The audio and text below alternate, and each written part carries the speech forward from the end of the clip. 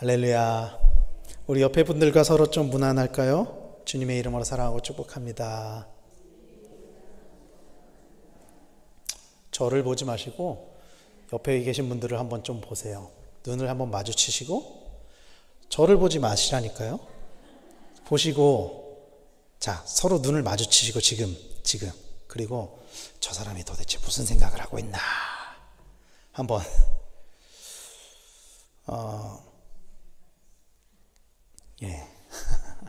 이제 그만 저를 보셔도 됩니다.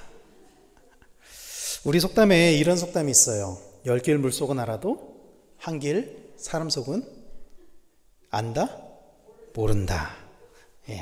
이 속담이 가지고 있는 의미가 뭐죠? 사람의 속마음은 알 수 없다. 이런 거죠. 당사자가 아니고서는 알 수가 없죠. 도대체 저 사람이 무슨 생각을 하는지, 저 사람이 지금 어떤 의도를 가지고 이런 것들을 하는지. 이제 저도 결혼한 지 한 17년, 18년 됐는데 아직도 제 아내가 무슨 생각을 하는지 도무지 모를 때가 너무 많습니다. 제 아내도 저를 이해를 못하죠. 도대체 저 사람이 왜 저러고 있는지. 그런데 살아가다 보면은 그래서 그 사람들이 겉으로 드러나는 모습만으로 그 사람을 알 수 없을 때가 너무나도 많아요. 소위 겉과 속이 다른 사람들을 참 많이 보죠. 살다 보면은 저 사람이 도대체 왜 저러지? 저럴 사람이 아닌데? 혹은 저 사람이 어떤 생각을 하고 있는 거지? 그래서 어떤 사람들은 앞에서는 나한테 굉장히 친절한데, 나한테 너무나도 잘하는데 뒤에 가서는 나에 대해서 안 좋은 이야기를 한다거나 아니면은 나를 넘어뜨리는 일을 계획한다거나 이런 일들을 하는 거를 보기도 하죠. 그래서 대부분 겉과 속이 다르다, 이 말은 긍정적인 의미에서 사용되는 것 같지는 않아요. 겉과 속이 다르다는 거는 부정적인 의미에서 많이 사용되는 것 같아요. 왜냐하면은 이런 사람들이 별로 없어요. 앞에서는 막 잘 못하면서 막 싫어하는 것 같이 하면서 뒤에서 막 챙겨주고 이런 사람들은 별로 없는 것 같아요. 오히려 앞에서는 막 잘하는 척 하지만 뒤에 가서는 그 사람에 대해서 부정적으로 뭐 얘기를 한다거나 행동을 한다거나 이런 일들이 훨씬 많기 때문이죠. 오늘 우리가 읽은 성경 말씀 본문은 어떤 말씀이냐면은 사무엘이 사울 왕에게 가가지고 찾아가서 하나님의 마음, 하나님께서 주신 말씀을 전하는 장면이에요. 그러면 왜 사무엘이 사울에게 가서 하나님의 마음을 전했느냐? 오늘 본문의 말씀은 사실 이 말씀을 이해하기 위해서는 사무엘상 15장을 다 읽어야 되거든요. 근데 너무 길어요. 너무 길어서 제가 이 어떤 한 부분만 이제 오늘 본문으로 삼은 거고요. 이 사건이 그러면 어떻게 시작이 되냐? 이렇게 시작이 돼요. 3절 말씀에 보면은 지금 가서 아말렉을 쳐서 그들의 모든 소유를 남기지 말고 진멸하되 남녀와 소아와 젖먹는 아이와 우양과 낙타와 나귀를 죽이라 하셨나이다 하니, 하나님께서 사울에게 이렇게 명령하시는 거예요. 아말렉을 쳐서 그들의 모든 소유를 남기지 말고 진멸해라. 그런데 거기에는 뭐가 포함이 되냐면은 남자고 여자고 다, 그리고 젖먹는 아이까지도 다 죽여라. 소와 양과 낙타와 나귀를 다 죽여라. 그렇게 말씀을 하신 거죠. 이렇게 하나님께서 말씀하심으로 오늘 본문의 사건이 시작이 되는 거예요. 그러면은 왜 하나님께서 사울로 하여금 아말렉을 진멸하게 하셨을까요? 치게 하셨냐? 그 이유를 오늘 본문 2절에서는 아말렉이 이스라엘에게 행한 일, 곧 애굽에서 나올 때 길에서 대적한 일 때문이다라고 이야기를 하고 있어요. 그러니까 하나님이 사울 왕에게, 이스라엘의 초대 왕인 사울 왕에게, 이제 왕이 된 사울에게 어떤 것을 명령하시냐면은 니네가 출애굽할 때 그 길에서 아말렉이 너희들 괴롭혔었지.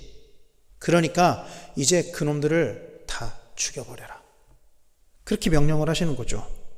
출애굽 때의 그 아말렉과의 전쟁을 기억하고 계신 거예요. 하나님이 기억하셔서 이제라도 아말렉을 완전히 씨를 말려라. 아예 그냥 완전히 다 죽여버려라. 그들뿐만이 아니라 그들이 소유하고 있는 그 가축들까지도 싹 다 정리해버려라. 그리고 그 하나님의 명령에 사울이 반응을 합니다. 순종을 합니다. 따릅니다. 그래서 군대를 일으켜서 아말렉과의 전쟁을 일으킨 것입니다. 오늘 사건은 그런 사건이에요. 여러분, 사울은 우리가 알고 있는 것처럼 이스라엘의 초대 왕인데 사울이 가지고 있는 캐릭터가 뭐였는지 아십니까? 성경은 사울에 관해서 뭐라고 이야기하냐면은 사울은 전쟁에 능한 왕이었다라고 이야기를 해요. 전쟁에 능했다라고 이야기를 해요. 성경에서 사울을 가리켜서 이 사무엘상에서는 사울의 캐릭터를 이렇게 이야기합니다. 사무엘상 14장 47절 48절에 이렇게 이야기해요. 사울이 이스라엘 왕위에 오른 후에 사방에 있는 모든 대적 곧 모압과 암몬 자손과 에돔과 소바의 왕들과 블레셋 사람들을 쳤는데 향하는 곳마다 이겼고 용감하게 아말렉 사람들을 치고 이스라엘을 그 약탈하는 자들의 손에서 건졌더라. 정말 대단한 사람이에요. 사울은 전쟁에 아주 능한, 왕에 오르고 나서 사방에 있는 모든 대적과 전쟁을 합니다. 사울이 모압, 암몬, 에돔, 소바, 블레셋 다 이깁니다. 그냥 전쟁에 나가기만 하면 다 이겨요. 연전연승해요. 심지어는 아말렉과의 싸움에서도 이깁니다. 이겨서 이스라엘 백성들이 약탈하는 것을 지켜내는 거예요. 사울은 여러분 유능한 왕이었습니다. 전쟁에 능했습니다. 고대 왕들의 능력 중에서 가장 중요한 것은 이 전쟁에 관한 능력입니다. 그래서 여러분 기억하시는지 모르겠지만 제가 언젠가 설교 때 이 말씀을 드린 적이 있는데 북왕국 이스라엘을 멸망시킨 나라가 어디였죠? 아수르잖아요. 아수르는 왕을 세울 때 반드시 거쳐야 되는 의식이 뭐였냐면은 그 왕을 굶주린 사자와 싸우게 합니다. 칼이나 창 둘 중에 하나만 딱 고르라고 해가지고 싸우게 합니다. 그래서 그 사자를 이겨야만 왕으로 인정을 합니다. 왜? 그 정도로 싸움을 잘해야 우리를 지켜줄 수 있으니까. 이게 고대 사회에서는 왕이 가지고 있는 가장 중요한 능력이었다는 거예요. 다른 나라의 침략을 맞설 수 있는 것, 이길 수 있는 것, 영토를 확장시킬 수 있는 것. 그런 차원에서 보면은 사울은 굉장히 유능한 왕이었어요. 전쟁을 굉장히 잘했어요. 가는 곳마다 이겼습니다. 그런데 하나님께서 그런 사울을 왕으로 세운 것을 후회하신다고 이야기를 해요. 사무엘상 15장 11절 전반부는 이렇게 이야기합니다. 내가 사울을 왕으로 세운 것을 후회하노니 그가 돌이켜서 나를 따르지 아니하며 내 명령을 행하지 아니하셨음이니라 하신지라. 하나님께서 사울을 왕으로 세운 것을 후회하신대요. 왜 하나님은 사울을 왕으로 세운 것을 후회하셨을까요? 이 말씀에 의하면은, 지금 방금 읽은 말씀에 의하면은, 첫째는 그가 돌이켜서, 둘째는 그가 나를 따르지 않아서, 셋째는 내 명령을 행하지 않아서, 그렇게 이야기를 하고 있어요. 여러분, 사울은 하나님이 직접 세우신 왕이에요. 사울은 하나님께서 세우신 왕입니다. 그가 하나님의 도움으로 왕이 되었지만 지금 하나님을 배반하고 하나님의 말씀을 따르지 않으며 불순종했다고 이야기를 하고 있는 거예요. 그리고 사울이 했던 불순종이 그러면 뭐였냐? 하나님이 왜 실망하고 왜 사울을 왕으로 세운 것을 후회하셨냐? 그것에 관해서 오늘 본문 사무엘상 15장 8절 9절 말씀, 앞에 있는 8절 9절에서는 이렇게 이야기를 합니다. 아말렉 사람의 왕 아각을 사로잡고 칼날로 그의 모든 백성을 진멸하였으되 사울과 백성이 아각과 그의 양과 소의 가장 좋은 것 또는 기름진 것과 어린 양과 모든 좋은 것을 남기고 진멸하기를 즐겨 아니하고 가치 없고 하찮은 것은 진멸하니라. 그러니까 이게 무슨 얘기냐면은 사울과 백성이 봤을 때 저건 좀 쓸모가 없어 보여 그러면 다 죽이고 이건 좀 너무 죽이기 아까운데? 이거 너무 소가 또 양이 너무 괜찮은데 얘네들은? 그런 것들은 죽이지 않은 거죠. 사울은 하나님의 명령에 따라서 아말렉과의 전쟁에 나가거든요. 그런데 결국에 사울은 하나님의 말씀에 순종하지 않습니다. 이것은 하나님의 명령을 어긴 거예요. 하나님은 모두 다 죽이라고 했습니다. 사울은 그 명령을 어겼어요. 그래서 사무엘이 사울에게 가서 이렇게 이야기를 하는 거죠. 23절 후반부에 왕이 여호와의 말씀을 버렸으므로 여호와께서도 왕을 버려 왕이 되지 못하게 하셨나이다 하니, 하나님은 단호하게 사울을 왕위에서 끌어내릴 것을 결심하셨습니다. 아말렉의 모든 것들을 다 죽이라고 명령하셨지만 사울은 그렇게 하지 않았어요. 겉으로는 하나님의 명령을 따르는 척 했죠. 가서 실제로 사람들을 다 죽였죠. 그러나 그 하나님의 명령에 자신의 판단을 살짝 이렇게 MS 치듯이 살짝 친 거예요. 살짝 집어넣은 거예요. 자기의 생각을. 그래서 하나님의 명령을 그대로 행하지 않았어요. 사울은 그럼에도 뭐라고 변명을 하냐면은 나는 하나님의 명령에 따랐다. 그렇게 명령을 하고 있는 거예요. 13절 말씀에 이렇게 이야기합니다. 사무엘이 사울에게 이른즉 사울이 그에게 이르되 원하건대 당신은 여호와께 복을 받으소서 내가 여호와의 명령을 행하였나이다 하니, 이게 어떤 장면이냐면은 하나님이 사무엘에게 너 가서 사울에게 너 이제 왕위에서 끌어내릴 거야 이렇게 이야기해. 그래서 사무엘이 사울에게 갔어요. 사울이 사무엘을 보자마자 한 얘기입니다. 사울이 사무엘을 보자마자 뭐라고 이야기하냐면은 내가 여호와의 명령을 행하였습니다. 보자마자 그렇게 이야기를 해요. 사울은 하나님의 말씀을 전하려고 온 사무엘에게 자신이 하나님의 명령을 행했다라고 변명을 하고 있습니다. 그리고 그 변명을 이렇게 이야기를 하고 있는 거예요. 15절 말씀에 사울이 이르되 그것은 무리가 아말렉 사람에게서 끌어온 것인데 백성이 당신의 하나님 여호와께 제사하려 하여 양들과 소들 중에서 가장 좋은 것을 남김이요 그 외의 것은 우리가 진멸했나이다 하는지라, 이렇게 이야기를 하고 있는 것입니다.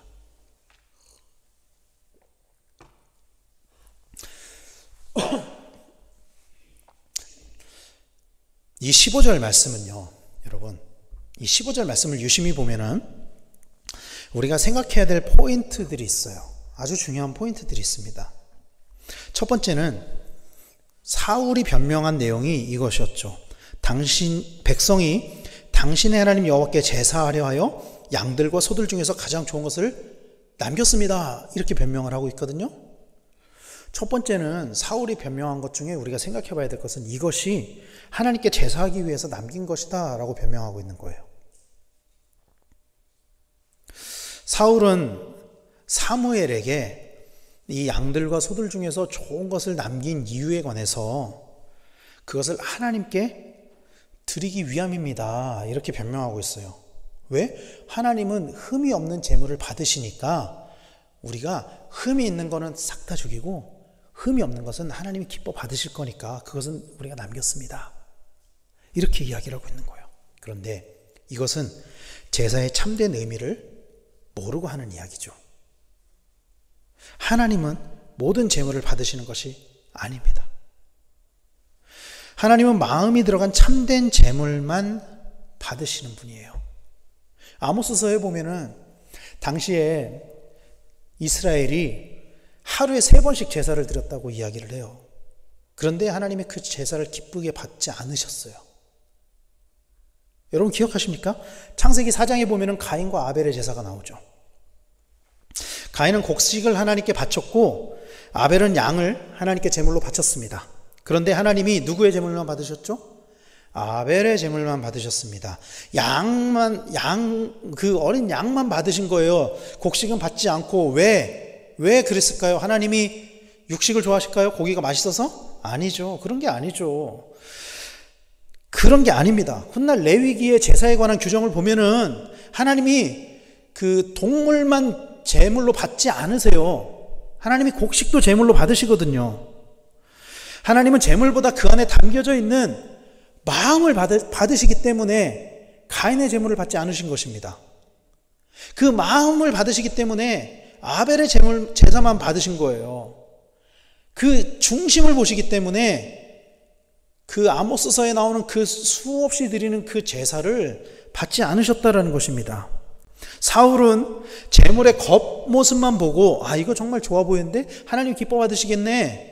백성들이 그렇게 생각한 거죠. 그것만 보고 하나님께서 좋아하실 것이라고 생각하고 그것을 남긴 거예요.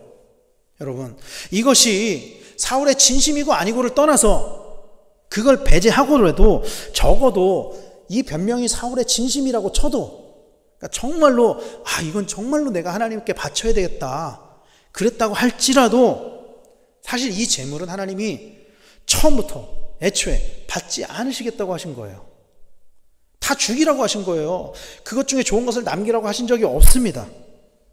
하나님은 모든 가축까지 다 진멸하실 것을 명령하셨죠. 그런데 사울은 그 중에 좋아 보이는 것을 남긴 것이죠. 사랑하는 성도 여러분, 우리는 때때로 우리가 하나님의 뜻을 자의적으로 판단할 때가 있어요.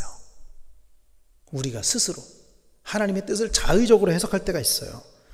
진짜로 하나님이 좋아하시는 것에 대해서 관심을 가지는 것이 아니라, 정말로 하나님이 기뻐하시는 것에 대해서 관심을 갖는 것이 아니라, 우리의 눈에 보기에 좋은 것을 가지고 하나님도 기뻐하실 거야 이렇게 오해할 때가 있죠. 예를 들면 이런 거죠. 내가 사업이 잘 되고 우리 자녀가 좋은 대학에 가고, 그러면 하나님이 기뻐하시겠지, 하나님이 영광을 받으시겠지. 고로 그것을 위해서는 수단과 방법을 가리지 말아야 돼. 이거 아니라는 겁니다, 여러분.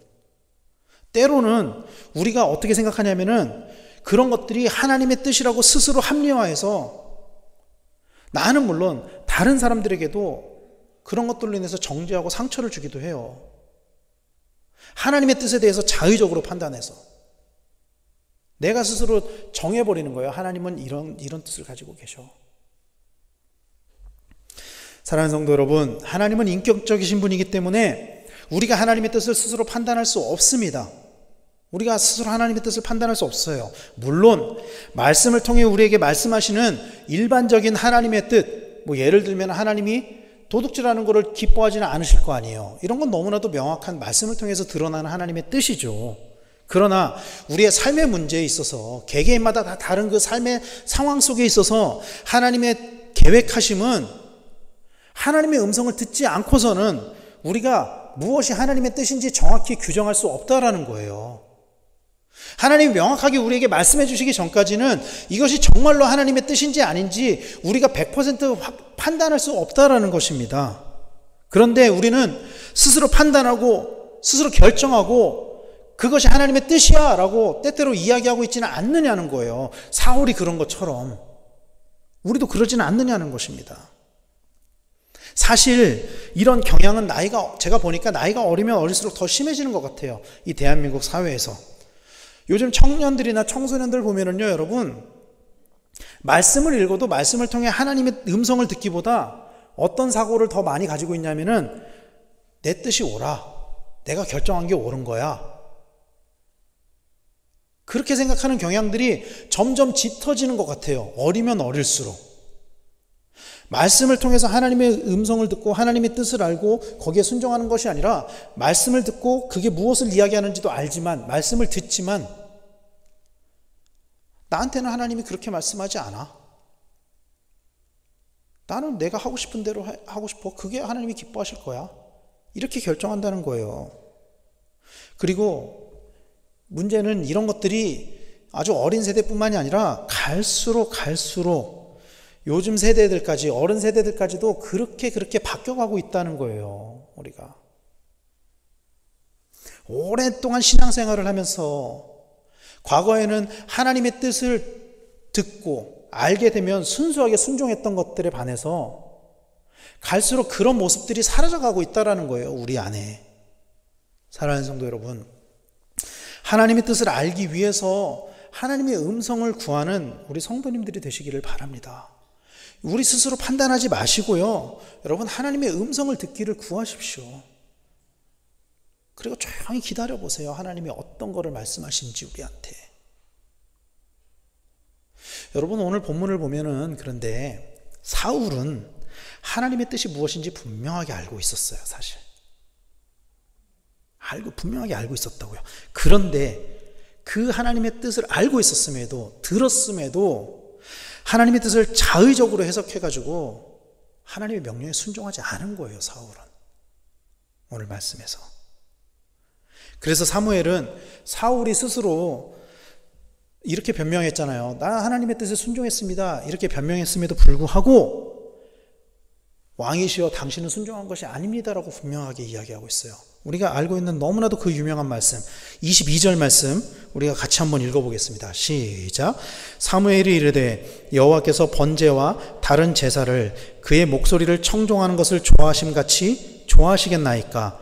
순종이 제사보다 낫고 듣는 것이 순양의 기름보다 나으니. 이 말씀이 이런 배경에서 나왔다는 거예요. 제사가 잘못된 게 아니에요, 여러분. 제사에 문제가 있는 것이 아니고 사울은 하나님이 제사를 기뻐하실 거라고 자의적으로 판단을 했잖아요. 그런데 하나님은 그 자의적인 판단에 의해서 드리는 제사를 기뻐하시는 것이 아니라 하나님의 말씀에 순종하는 것을 기뻐하신다라고 사무엘이 분명하게 이야기를 하고 있는 거예요. 하나님께서는 아무 제물이나 받아서 제사를 받으시는 분이 아니십니다, 여러분.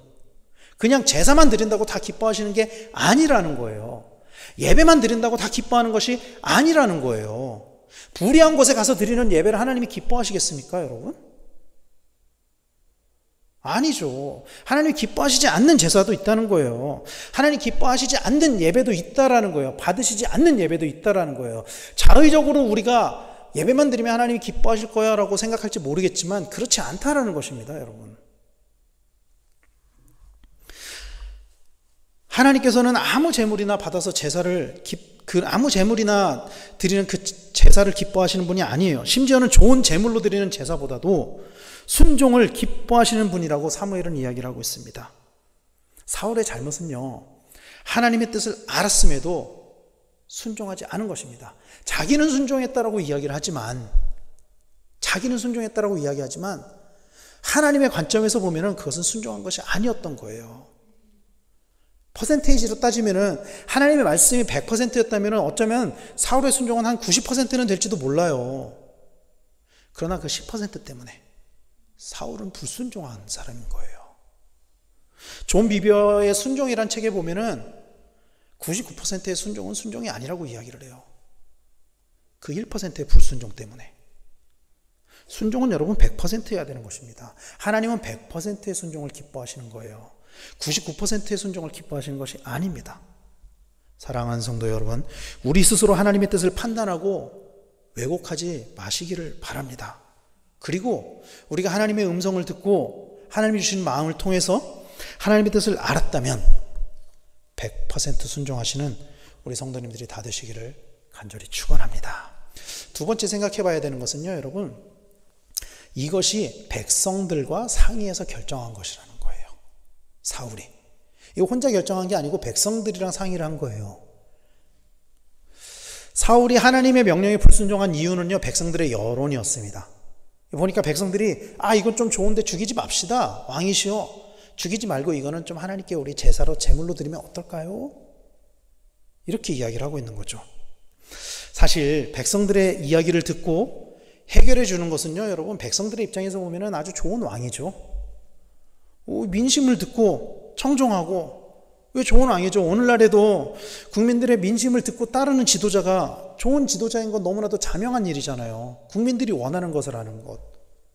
적어도 민주주의 체제 하에서는 그렇죠.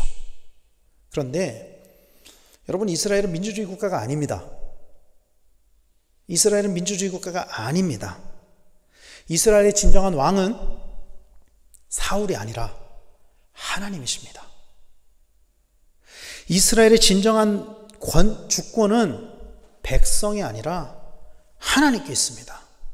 그런데 그럼에도 불구하고 사울은 백성들의 뜻을 따른 거예요.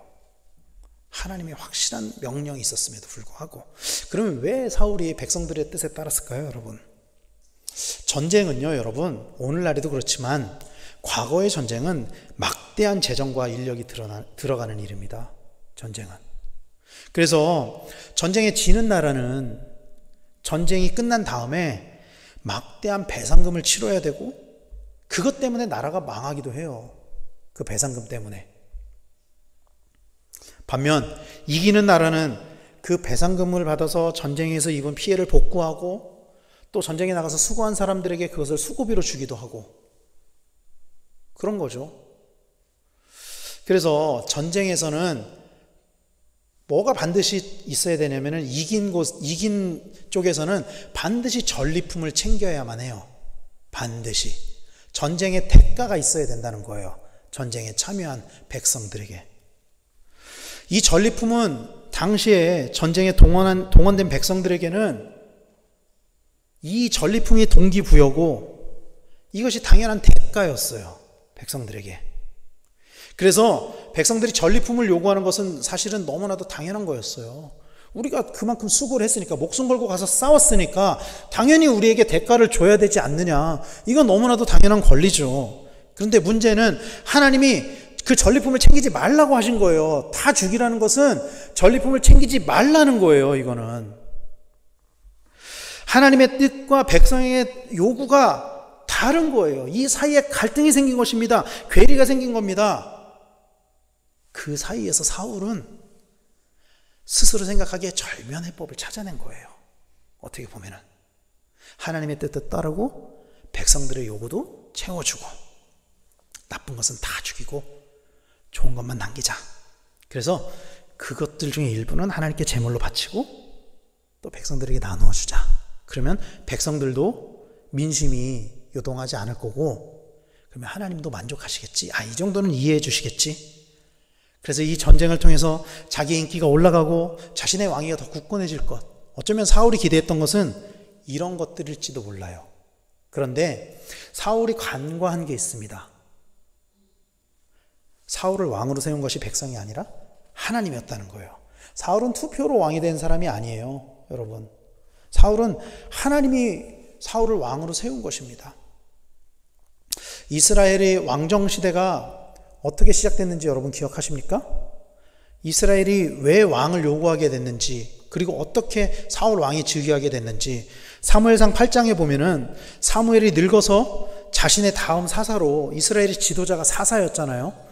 사무엘이 다음 지도자로 누구를 세우냐면 자기 아들 요엘과 아비야를 사사로 세웠어요. 사실 여러분, 사사는 세습직이 아닙니다.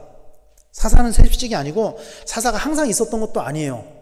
이스라엘이 위기에 닥치면 하나님이 사사를 세워가지고 그 사사를 통해서 위기를 극복하게 하셨던 그런 일들이 반복이 되죠, 사사기에 보면은. 그런데 사무엘이 자기가 늙어서 더 이상 사사를 하기 힘드니까 자기 아들들을 사사로 세운 거예요. 그리고 그 아들들이 부패해서 이스라엘 장로들이 왕을 요구하게 된 거예요. 이게 이스라엘의 왕정시대가 시작된 배경입니다. 사무엘상 8장 3절에 보면 이렇게 이야기를 해요. 그의 아들들이 자기 아버지의 행위를 따르지 아니하고 이익을 따라 뇌물을 받고 판결을 굽게 하니라. 이게 사무엘의 아들들이 행한 일이에요, 이게. 그리고 그로 인해서 6절에 보면은 우리에게 왕을 주어 우리를 다스리게 하라 했을 때 사무엘이 그것을 기뻐하지 아니하여 여호와께 기도하며, 이스라엘의 장로들이 그 일 때문에 사무엘에게 우리에게 왕을 주십시오, 이렇게 이야기를 해요. 이 사무엘의 입장에서 보면 굉장히 불쾌한 요구죠. 왜냐하면 자기 아들들이 사사인데 자기 아들들을 끌어내려달라는 얘기잖아요. 굉장히 불쾌하죠. 그런데 사무엘은요, 그때 어떻게 하시는지 아십니까? 사무엘은 그런 백성들의 요구에 대해서 하나님께 나아가서 기도해요. 하나님께 말씀드려요. 그리고 하나님께서 말씀하신 대로 백성들에게 전달을 해요. 그래서 왕이 세워진 거예요. 그래서 하나님께서 이스라엘에게 왕이 세워지는 것을 허락하신 거예요. 그리고 그렇게 선택된 인물이 베냐민 지파의 사울이었던 거죠. 이스라엘의 초대왕. 그래서 사울은 사실은 국가의 모든 일을 백성들이 아니라 하나님께 묻고 하나님의 뜻에 순종했어야만 했습니다. 왜냐하면 사울을 세우신 분이 하나님이시기 때문이에요. 백성들이 아니기 때문입니다. 하나님이 사울을 세우셨기 때문입니다. 거꾸로 말하면은 사울을 왕에서 끌어내릴 수 있는 분도 누구냐면 백성들이 아니라 하나님이라는 거예요. 사울을 하나님이 세우셨으니까 끌어내리는 그것도 하나님의 주권에 있었다는 거예요. 그런데 사울은 눈앞에 사람들을 의식해가지고 하나님의 명령에 순종하지 않은 것입니다. 결국 하나님과 사무엘은 사울을 이스라엘의 왕으로 세운 것을 후회했습니다. 오늘 보면 35절에 이렇게 이야기하죠. 사무엘이 죽는 날까지 사울을 다시 가서 보지 아니하였으니 이는 그가 사울을 위하여 슬픔이었고 여호와께서는 사울을 이스라엘 왕으로 삼으신 것을 후회하셨더라. 반복적으로 후회하셨다 이렇게 이야기를 해요. 겉과 속이 달랐던 사울은 그렇게 왕에서 끌어내려졌습니다. 겉으로는 하나님의 명령에 순종하는 척했지만 그 속 안에는 뭐가 있었냐면 하나님의 말씀을 따르는 것이 아니라 사람들을 따르는, 사람들을 의식하는 그런 것들이 있었던 거예요. 사랑하는 성도 여러분, 때때로 우리도 하나님 앞에서 겉과 속이 다를 때가 있습니다. 겉으로는 신실한 그리스도인인 척하지만, 겉으로는, 속으로는 때로는 믿음에 대해서 의심하고, 때로는 하나님께 순종하기를 기뻐하지 않는 모습들이 우리에게도 있지 않느냐는 거예요. 그래서 성경은 만물보다 심히 부패한 것이 무엇이라고 이야기하죠? 마음이라고 이야기를 합니다. 마음. 겉으로는 정말 신실한 그리스도인인 척할 수 있어요. 그러나 겉과 속이 똑같이 그렇게 하나님을 정말 잘 믿는 신실한 그리스도인이 되는 것 결코 쉽지 않습니다. 여러분, 오늘 우리의 마음은 어디를 향해 가고 있습니까? 우리는 겉으로만 하나님의 뜻에 순종하고 있지는 않습니까? 아니면 우리 스스로 하나님의 뜻을 왜곡해서 100%가 아니라 90%, 80%, 50% 이렇게만 순종하고 있는 것은 아닌가요, 혹시? 경건의 모양만 가지는 것이 아니라 경건의 능력을 소유하는 우리 성도님들이 되시기를 간절히 축원합니다. 하나님은요, 겉과 속이 다른 사람을 사용하지 않으십니다. 하나님은 겉과 속이 다른 사람을 사용하지 않으세요. 하나님은 겉과 속이 진실한 사람을 사용하십니다. 하나님 앞에서, 그리고 사람들 앞에서 겉과 속이 진실한 우리 성도님들이 다 되시기를 간절히 축원합니다. 그렇다고 해서 나쁜 쪽으로 진실하시면 안 됩니다. 좋은 쪽으로 진실하시길 바랍니다. 우리가 다 아는 것처럼 하나님께서 사울을 버린 후에 다윗을 선택하세요. 이거 우리가 너무나도 다 알고 있는 이야기죠. 그런데 하나님께서 다윗을 선택하신 이유에 관해서 성경은 뭐라고 이야기하고 있냐면은 시편 88편 72절에 이렇게 이야기합니다. 그리하여 다윗은 참된 마음으로 그들을 먹이고 능숙한 솜씨로 그들을 인도했던 것이다. 하나님께서 다윗을 선택하신 이유는 다윗에게 참된 마음이 있었기 때문이에요. 다윗에게. 그 다윗의 중심을 보신 거예요. 다윗의 마음을 보신 거예요. 적어도 다윗은 하나님 앞에서 겉과 속이 같은 사람이었습니다. 그래서 사실은 오늘 우리가 읽었던 그 사무엘상 15장 본문에서 보면은 사무엘이 사울에게 가서 하나님께서 당신을 왕위에서 끌어내리실 것입니다라고 했을 때 사울의 반응이 뭐였는지 아십니까? 하나님 해보라면 해! 이러지 않았어요. 사울이 회개합니다. 하나님 앞에서 회개합니다. 사무엘상 15장 30절에 이렇게 이야기합니다. 사울이 이르되 내가 범죄하였을지라도 이제 청하옵나니 내 백성의 장로들 앞과 이스라엘 앞에서 나를 높이사 나와 함께 돌아가서 내가 당신의 하나님 여호와께 경배하게 하소서 하더라. 이렇게 이야기를 해요. 내가 하나님 앞에, 내가 당신의 하나님 여호와께, 당신에게 그 말씀을 주신 그 하나님께 예배를 드리게 해주십시오. 돌이키게 해주십시오. 내가 내 잘못을 이제 알았습니다. 그런데 하나님이 사울을 버리세요. 그래도 반면에 다윗이 범죄했을 때, 다윗도 큰 범죄를 저질렀잖아요. 그때 다윗도 회개하는 장면 시편 51편 11절에 이렇게 이야기합니다. 나를 주 앞에서 쫓아내지 마시며 주의 성령을 내게서 거두지 마옵소서. 사울도 잘못을 하고 하나님께 회개를 하고 다윗도 잘못을 하고 하나님께 회개를 했어요. 어쩌면 다윗의 범죄가 훨씬 더 큰 범죄일지도 몰라요.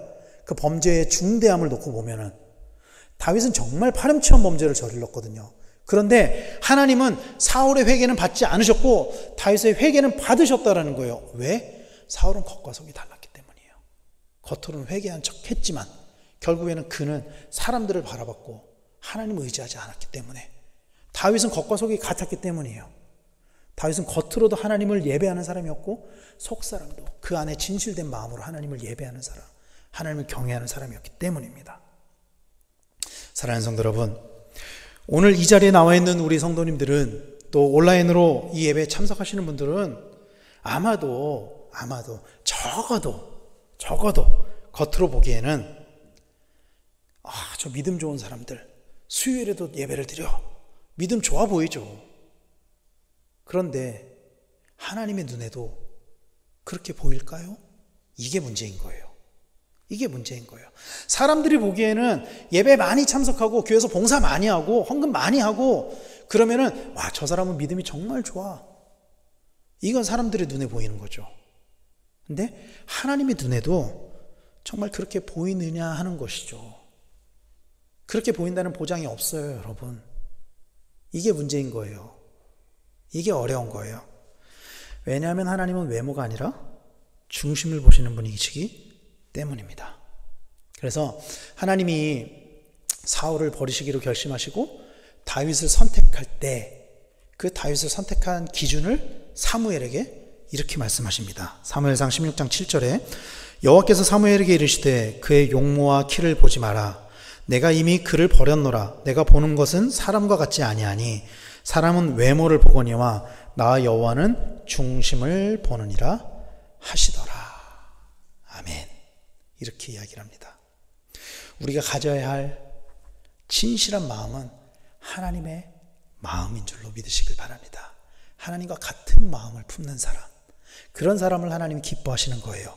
겉으로는 하나님의 마음에 따르고 하나님의 뜻에 순종하고 겉으로만 거룩한 척하는 것이 아니라 우리의 속사람부터 그렇게 하나님의 마음에 순종하고 하나님의 마음을 알고 하나님의 뜻에 따르는 사람, 그런 사람을 하나님이 기뻐하신다라는 것을 믿으시기를 바랍니다. 요즘 자주 사용하는 말 중에 자기 객관화라는 말이 있어요. 들어보신 적 있나요? 자기 객관화? 이게 어떤 뜻이냐면 이런 거예요. 자기를 볼 때 자의식이 아주 강한 사람들은 거울을 보면서 이 정도면 멋있지. 머리도 괜찮아. 근데 딱 자기 객관화가 딱 되면은 또 살쪘네. 큰일 났네. 피부가 왜 저래. 자기를 다른 사람의 눈으로 보는 거예요. 자기 객관화. 근데 요즘 많은 사람들이 자기 객관화가 잘 안 돼요. 자기 객관화라는 것이 아니라 자기 합리화를 합니다. 다른 사람이 보기에는 분명히 저건 잘못된 건데 자기 합리화를 해서 괜찮아. 이럴 수도 있지 뭐. 그렇게 생각하는 거예요. 다른 사람한테는 안 되는 기준이 나한테는 되는 거예요. 이게.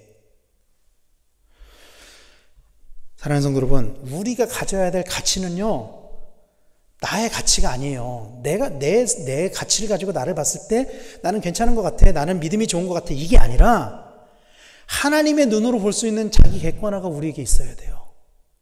하나님의 가치로 볼 수 있는 자기 객관화가 우리에게 있어야 돼요. 하나님의 시선으로 봤을 때 과연 나는 진실된 그리스도인인가? 하나님의 시선으로 봤을 때 나는 하나님께 순종하며 살아가고 있는가? 하나님의 시선으로 봤을 때 나는 사울과 같은 사람인가? 아니면 다윗과 같은 사람인가? 이것이 되어야 된다는 것입니다. 하나님의 기준은 겉사람이 아닙니다. 하나님의 기준은 우리의 중심입니다. 그러므로 우리는 하나님께 우리의 모든 중심을 두어야 될 줄로 믿으시기를 바랍니다. 그럴 때 하나님이 우리와 함께 하시며 우리를 선택하시고 우리를 사용하실 것입니다. 이런 은혜가 넘치는 우리 성도님들 다 되시기를 간절히 축원합니다. 비록 그것이 그 하나님의 뜻에 따르는 것이 하나님의 가치대로 살아가는 것이 이 땅에서 손해를 보는 일이라고 할지라도 때로는 손해를 볼 수도 있죠. 그러나 그럼에도 불구하고 하나님의 뜻을 알고 하나님의 뜻을 묻고 그 뜻에 순종하며 진실된 그리스도인으로 살아가시는 우리 성도님들 다 되시기를 예수님의 이름으로 간절히 축원합니다.